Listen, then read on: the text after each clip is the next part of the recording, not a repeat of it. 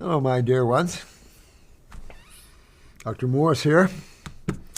Good to talk to you. This is a Friday, and we've been hitting it this week. This desk is a mess. Of course, it's always a mess. Oh, Lord. But Marco.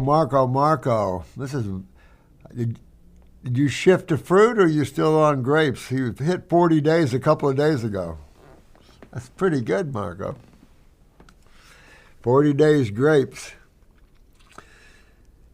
You know, when I went into the woods and lived in my van, I was a couple of years on oranges, and I wasn't involved in time. I was too busy out of body traveling and doing things. It was nothing to eat like that for me.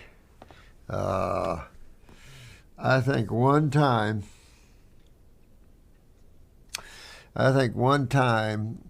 I think it's shortly after I came out, I was still all raw, and I was craving Reese's peanut butter cups.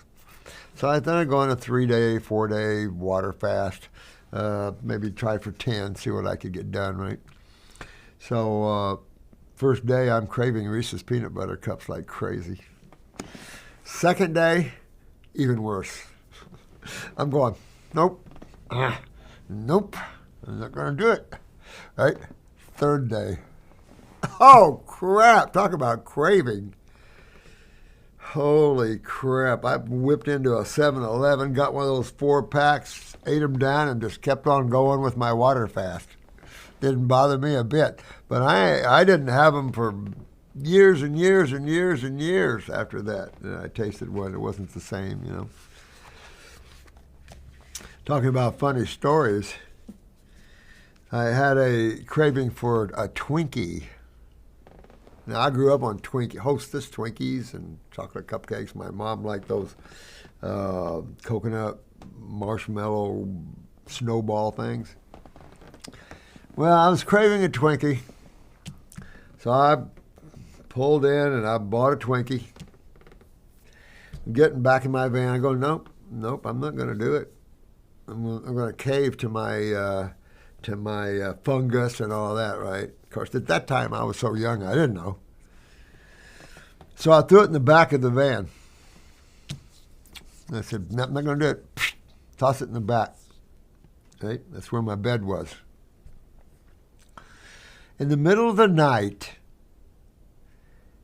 Twinkie. Gotta have a Twinkie. I found the Twinkie. First bite. Did I just take LSD or something? Second bite. Every bite, I started having an expanded, almost out-of-body experience. I could see all kinds of things. I'm going, what the heck is this? On a Twinkie. I tell you, strange things. There's strange things that happen around here all the time. Crazy, baby. I love it.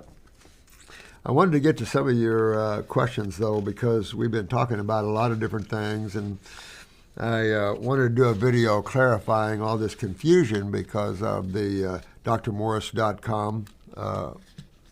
That does not belong to me. And we're at, obviously, www.handcrafted.health. And that's our whole layout of our social media sites and our school and everything like that. That's like our billboard. And then you can find everything there. You can go to the clinic. You can go to order the formulas. You can do whatever you want to do there. Check out the systems. I'm behind on doing videos. There's just so much. I thought it was going to be a documentary yesterday, but it turned out to be something different. I think we'll see how she cuts that. And then Monday, we've got you guys from Australia coming in to do one. That ought to be pretty cool because one of the questions is evolved around iridology. And when you realize how simple it is to learn that and how much detail you can learn from that's non-invasive, no dyes, no radiation, it's just an incredible look into the world. And if I could say anything about that look, it includes the lymphatic. That's why we came out with the lymphatic iridology chart. You can get that through the school, but iridology didn't know what the lymphatic is. No one does. We do now, but it's been a long time coming. Even with this new 2-cell thick film that supposedly moves toxins out of the brain, although it's in the minnings, so that's where you move.